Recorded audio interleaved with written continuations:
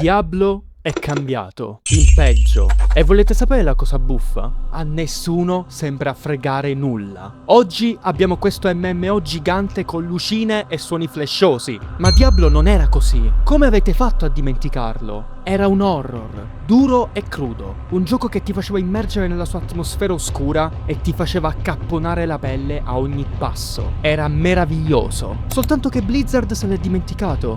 E mi sa che ce lo siamo scordati anche noi. Ma la vera domanda oggi è solo una. Quando Diablo ha deciso di buttare tutto alle ortiche?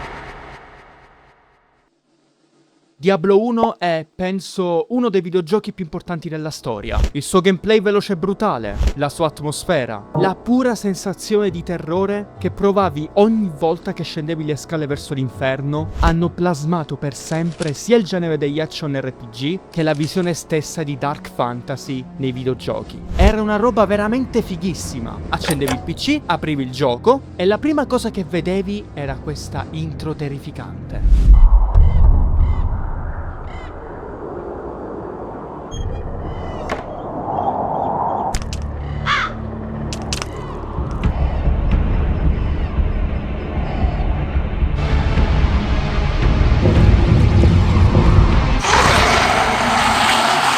Poi boom! Diablo! Guardate che figata, che atmosfera, che giocone incredibile, vero? Yamo, siamo solamente al menù.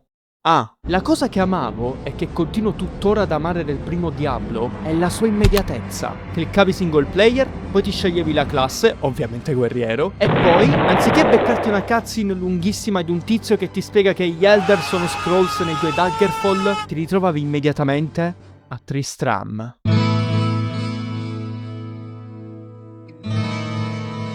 Questa è Tristram, una pacifica cittadina oramai messa in ginocchio dai demoni. La cosa che mi fa impazzire di Diablo è che fin dalla sua uscita, nel 1996, lui ha sempre tentato di essere diverso, sia dai fantasy classici che dal suo fratellone più grande, Warcraft. Mentre Warcraft a livello di storia, world building e design prendeva ispirazione da opere come Il Signore degli Anelli, Conan il Barbaro, Dungeons and Dragons e altre robe di stampo fantasy classico, Diablo andava nella direzione completamente opposta. Il gioco prendeva ispirazione dalla narrativa horror, dall'architettura gotica europea e da testi sacri e mitologici, come ad esempio il Libro dei Morti degli Egizi. E questa cosa si nota tantissimo, soprattutto nella sua atmosfera. L'atmosfera di Diablo è qualcosa che ancora oggi, a mio parere, è inarrivabile da un punto di vista stilistico. Il gioco ha un modo di mostrarti le cose molto bastardo e non lo fa attraverso lunghe introduzioni o dialoghi interminabili, te lo fa sentire sotto pelle. Terrore, ansia, malinconia. Queste sono le prime cose che sentiamo quando arriviamo per la prima volta a Tristram. Nonostante gli NPC provino a darti forza nel portare a termine la tua missione, loro sembrano come morti dentro. Hanno delle ferite inguaribili, sia fisiche che mentali, tutte causate da Diablo e dalla sua legione del male. E l'unica cosa che possono fare per te è venderti qualcosina, darti una pacca dolce sulla spalla e guardarti sparire all'interno delle catacombe. E questa cosa ti ammazza. The sanctity of this place has been fouled.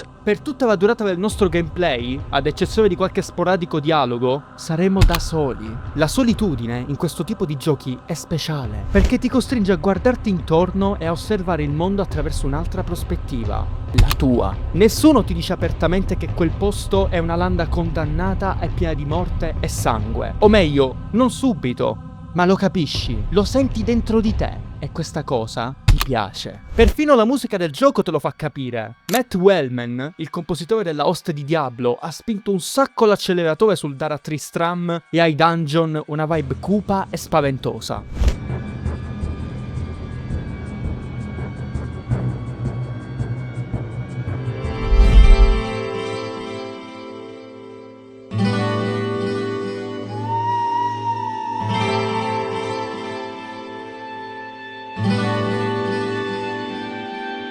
Questa è una delle mie host preferite di sempre, perché ti spiega tutto quello che devi sapere del gioco senza dirti nulla. Non siamo in Warcraft, non stiamo simpando per Sylvanas Ventolesto, siamo nelle terre di Khanduras, un luogo freddo, inospitale e contaminato dal male, dove gli arcivescovi vengono posseduti dal demonio e gli incubi dei bambini innocenti vengono trasformati in creature reali e assetate di sangue. Vedere un gioco come Diablo all'epoca faceva paura, e lo fa un po' anche oggi. Era un take troppo estremo e diverso rispetto ai soliti fantasy classici, e funzionava. E come se funzionava. Un sacco di videogiocatori, me incluso, hanno iniziato ad amare il fantasy proprio con Diablo, e la sua atmosfera e il suo gameplay veloce e frenetico lo hanno reso in pochissimo tempo una colonna portante del mondo videoludico. Era un vero e proprio miracolo di game design nato dalla passione smisurata di David Brevik, il director del gioco, per titoli come NetHack e Rogue, ma modernizzato. Tutti amavano Diablo, tuttavia nessuno poteva immaginare che il capitolo successivo, quello che ad oggi viene definito il picco assoluto della serie, sarebbe stato quello che avrebbe piantato il piccolo semino che avrebbe distrutto in maniera definitiva le radici horror della serie. Why did I follow him? I don't know. Why do things happen as they do in dreams?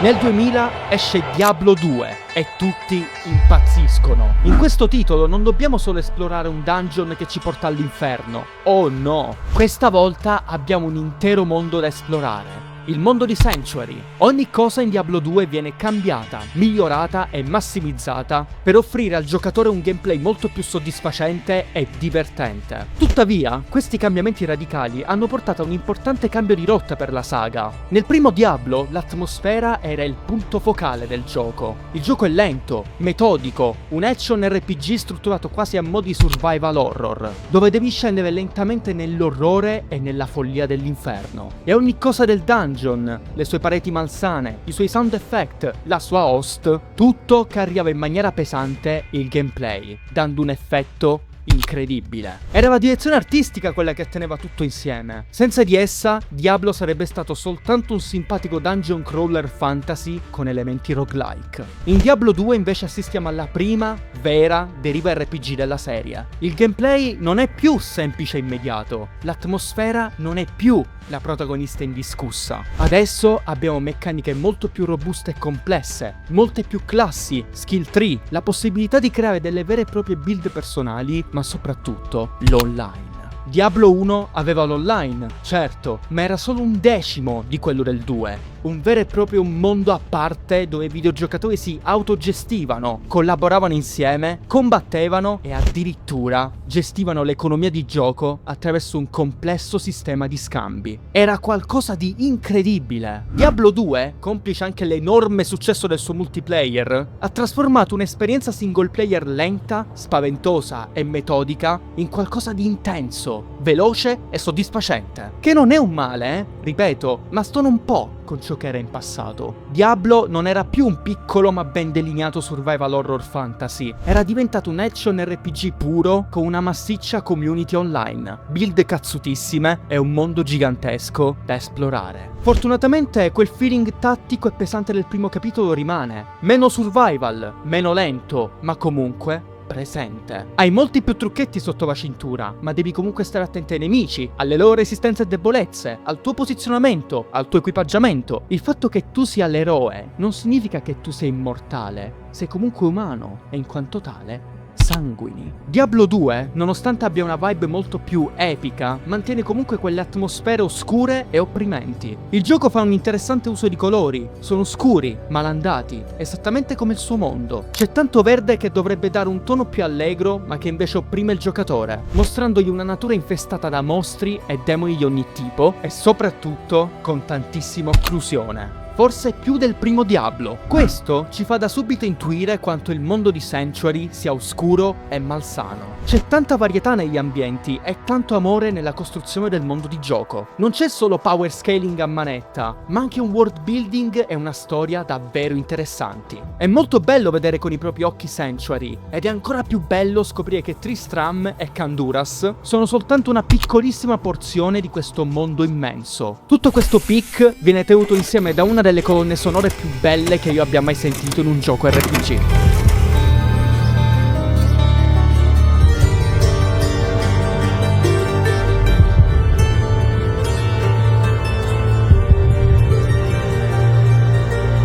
Questa cosa viene accentuata anche dai personaggi. Il mondo di Sanctuary non è più composto solo da persone disperate e impaurite, ma da guerrieri e guerriere che non temono nulla e che collaborano con il giocatore per sconfiggere il temibile Baal, ovvero il fratello di Diablo. Nonostante l'atmosfera molto più da fantasy classico, Diablo 2 ottenne un successo strepitoso e viene ad oggi etichettato come il capitolo migliore della serie. E sono d'accordo, il gioco è molto più divertente e diversificato rispetto al primo capitolo. Il multiplayer poi lo ha carriato di brutto nel suo periodo d'oro e nella sua recente riapparizione con Diablo 2 Resurrected, un gioco action RPG dark, dove sei un guerriero cazzuto circondato da un mondo condannato e terrorizzato dall'inferno. Non è affatto male così, dissi io mentre giocavo a Diablo 2 anni fa. Scommetto che Blizzard avrà ormai capito i punti di forza di questa serie e li abbia migliorati sotto ogni punto di vista. Cavolo, scommetto che Diablo 3 sarà eccezionale.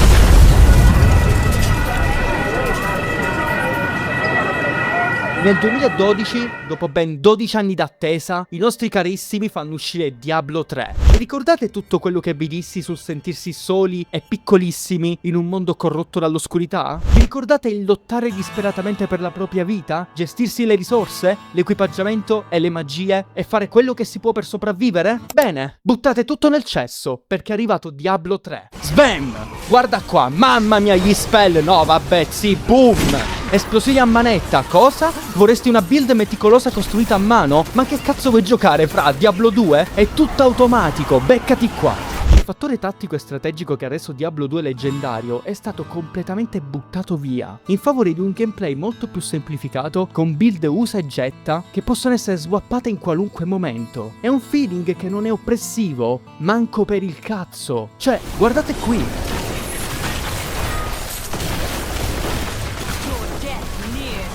Ma Yomo, cosa ti lamenti? Hanno reso il gioco molto più accessibile e meno legnoso. Meno legnoso? Ragazzi, se volevo giocare a un simulatore di esplosioni e confetti, andavo a giocarmi un MOBA a caso. Io voglio il terrore, l'atmosfera, la pesantezza di ogni mio singolo passo e la soddisfazione nel buttar giù un demone con i controcoglioni. Io voglio Diablo. E a proposito di queste ultime cose che vi ho citato, la direzione artistica di Diablo 3 è qualcosa di veramente triste da guardare. Sapete cos'è questo? Questo è World of Warcraft in isometrica. Blizzard, abbiamo capito che WoW ti ha fatto vendere uno sfacelo, ma mettere quel tipo di visione anche su Diablo? Seriamente? Mettere colori vibranti e atmosfere fantasy luminose in una saga che aveva costruito il suo stile artistico appositamente per andarti contro? Ma sei pazza? A me sa che sei scemo! In Diablo 3 viene tutto gettato alle ortiche. Qui non sei più un sopravvissuto al male, sporco di sangue dalla testa ai piedi che deve lottare per la propria vita e quella dei propri cari. Sei una specie di semidio che falcia legioni di nemici senza battere ciglio con la pressione di un tasto. È tutto sparito. Non c'è più quel dolcissimo brivido di ansietta che ti percorreva il corpo ogni volta che entravi in un dungeon. Non ci sono più urla di dannati, buio, schifo e solitudine. È diventato tutto un fantasy classico in stile World of Warcraft, con tanto di stile cartunesco e colori brillanti. Questo cambiamento improvviso, sia a livello di gameplay che a livello di art direction, fece incazzare tutti, tanto da far ribellare la community storica del gioco. Blizzard a quel punto si ritrovò con le spalle al muro. Aveva ricevuto il messaggio, ma oramai doveva mantenere Diablo 3. Ma poi sbam! Diablo 4.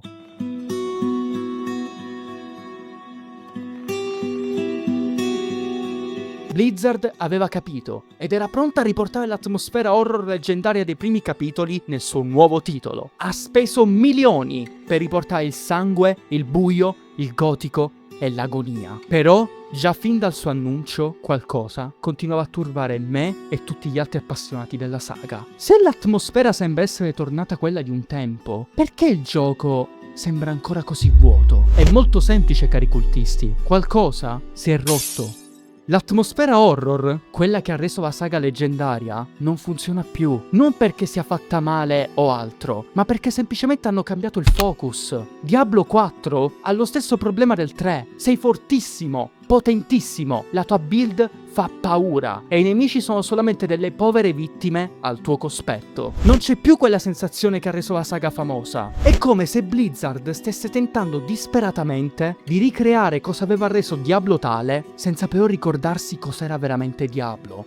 Sono passati ormai 3 anni dall'uscita di Diablo 4. Blizzard, a quanto ho visto, sta continuando su questa strada. Ho visto Diablo Immortal, il gioco per mobile, ma non credo che lo toccherò nemmeno con un bastone. Ho visto che hanno fatto una sorta di espansione per Resurrected. Magari ci davo un'occhiata, sembra interessante. Ma allo stesso tempo, ho visto anche che tantissimi giocatori, sia storici che nuovi, stanno abbandonando Diablo 4. Non per il gameplay, non credo sia per quello, ma per qualcos'altro. È come se Diablo avesse perso la sua scintilla. Ciò che lo rendeva figo, spaventoso, opprimente, semplicemente Diablo. L'anima del gioco non è più lì. Diablo non è più quel titolo spaventoso e fighissimo creato da 15 disgraziati amanti di Netak e dell'horror. Diablo adesso è diventato esattamente la stessa cosa che aveva giurato di non diventare mai. Un hack and slash fantasy con elementi MMO che cerca disperatamente di mantenere la sua anima edgy, ma che semplicemente non ce la fa più. Si è addolcito troppo. Non è più il Diablo di David Brevik, di Condor Entertainment, ma è quello di Blizzard Entertainment. E questa cosa, purtroppo, lo sta uccidendo. Blizzard si è dimenticata di cosa rendeva Diablo speciale. E mi sa che ce lo siamo dimenticati anche noi, ma non tutti. Ci sono molti sviluppatori e appassionati che stanno tentando a modo loro di riproporre quel feeling stupendo dei primi capitoli nei loro titoli. Un esempio che mi viene in mente è il bellissimo Green Dawn, che prende il meglio di Diablo 2 e lo unisce a una stupenda atmosfera vittoriana steampunk in salsa horror. Una piccola bombetta che vi consiglio assolutamente di recuperare. Chissà, magari un giorno Diablo si ricorderà delle sue origini e verrà a cercarci, e noi sicuramente lo accoglieremo a braccia aperte. Ma fino ad allora, almeno nel mio caso, se mi viene voglia di giocare a Diablo, preferisco 1000 volte giocare ai primi 2 capitoli della serie o a titoli che si ricordano e sanno benissimo cosa rendeva Diablo quello che era. Un gioco dark fantasy horror spaventoso e incredibile, pieno di atmosfera e personalità, dove devi scendere in dei dungeon orribili e sconsacrati, sapendo benissimo che, ancora una volta, dovrai lottare a denti stretti per difendere l'unica cosa al mondo che non è stata ancora corrotta dal male, la tua anima.